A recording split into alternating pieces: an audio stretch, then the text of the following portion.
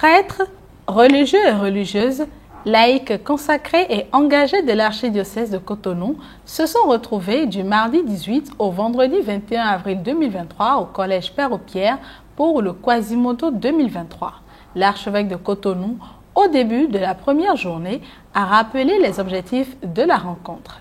L'occasion nous est offerte encore cette année de nous retrouver en Église Famille de Dieu pour réfléchir ensemble, pour échanger, examiner de près les défis majeurs auxquels nous sommes confrontés dans l'accomplissement de notre mission et voir dans quelle mesure nous pouvons les relever comme une même famille.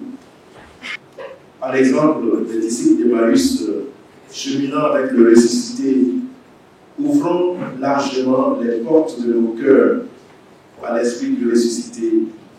Soyons à l'écoute les uns les autres pour mieux discerner les signes du Seigneur, pour mieux comprendre les enjeux de notre mission et nous engager conséquemment à retrouver ensemble les défis et à les relever ensemble comme une même famille.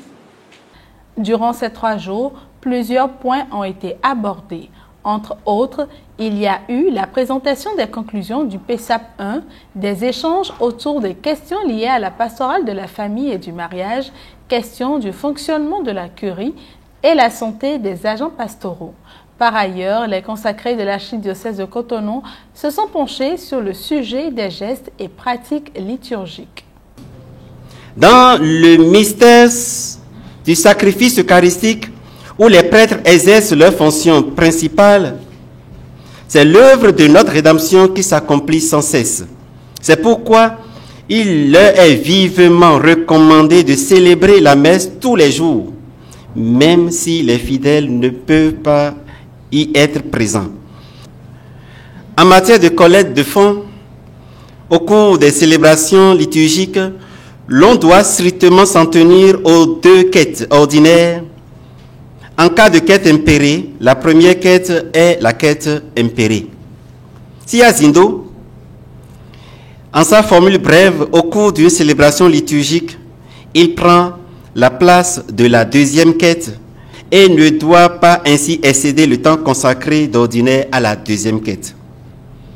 Le Zindo, dans sa formule longue, avec animateur impresario, est proscrit des célébrations liturgiques.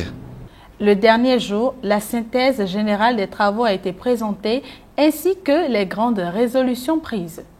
Il s'agira de renforcer les capacités des agents pastoraux clés de l'archidiocèse en planification stratégique et en planification opérationnelle.